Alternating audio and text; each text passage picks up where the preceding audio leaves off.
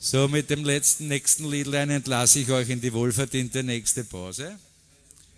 Da handelt es nämlich um Luftschlösser. Also wenn ihr glaubt, ihr habt so eine lange Pause, fangt das Luftschloss gar nicht zum Bauen an. Fangt mal erst einmal damit an, kleine Luftschlösser zum Bauen, dann wird schnell größer und immer luxuriöser. Schön ist so eine Fantasie, aber Grenzen kennt halt nie, auch nicht den schmalen Grat zwischen Gut und Böse.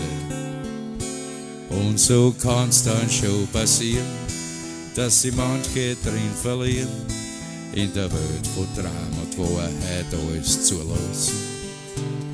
Weil dummerweise kann unser Hirn fast alles als wahr interpretieren, bis alles zerplatzt auf einmal wie ein Seifenblasen.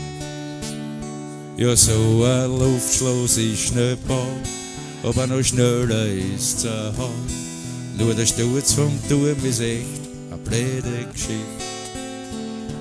Wenn man den überlebt mit Glück, bleibt doch noch ein Knurr zurück und man erholt sie langsam nur oder gar nicht. Weil oft genug das Herz auch mit zerbricht. Es ist die menschliche Natur, die uns nie sagt, jetzt ist genug. Und auch der Zeitgeist kennt kein Bremsen, leider, leider. Größer, schneller, voller Stärken, lass daran keine Zeit zu merken. In der Wirklichkeit geht überhaupt nichts weiter. Soll das Leben wie ein Traum sein, muss für die Wirklichkeit nur Raum bleiben. Für wahre Menschlichkeit ist die jeden raten.